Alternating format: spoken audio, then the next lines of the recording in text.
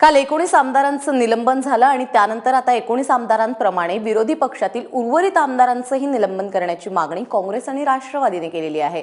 विधानसभा अध्यक्षांनी तसं पत्र त्यांनी पाठवलेलं आहे। विधानसभेचे विरोधी पक्षनेते राधाकृष्ण विखे पाटील यांच्या निवासस्थानी काँग्रेस आणि राष्ट्रवादीच्या प्रमुख नेत्यांची बैठक पार पडली। या बैठकीला अशोक चव्हाण, राधाकृष्ण विखे पाटील, पृथ्वीराज चव्हाण, नारायण राणे, अजित पवार, धनंजय मुंडे आणि सुनील तटकरे उपस्थित होते। त्याचबरोबर शेकाप आणि एमआयएमच्या आमदारांनी देखील बैठकीला हजेरी लावली। या बैठकीनंतर सभापतींना पत्र लिहून विरोधी पक्षातील उर्वरित आमदारांच्या निलंबनाची मागणी करण्यात आली आहे। त्याचप्रमाणे शेतकऱ्यांच्या कर्जमाफीसाठी राज्यभर 29 मार्च ते 5 एप्रिल दरम्यान संघर्ष यात्रा काढण्याचा निर्णय घेण्यात आलाय।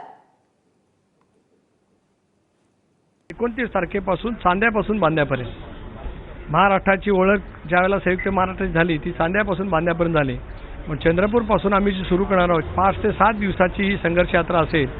त्यावेळेला लोकांच्या मध्ये जात, शेतकऱ्यांच्या मध्ये जात, शेतकऱ्यांच्या हिताची भूमिका घेत असताना सरकार कसं आकसाने वागत आहे आणि लोकशाहीची हत्या करण्याचा प्रयत्न करत आहे आणि त्याचबरोबर ती आज आत्महत्या वाढत आहेत। या असंवेदनशील सरकारच्या विरोधामध्ये आता लोकांच्याकडे जाऊन आता या बाबतीमध्ये अधिक जनजागृती करणं हीच एक भूमिका आता आम्ही सर्व पक्षांनी ठरवलेली आहे।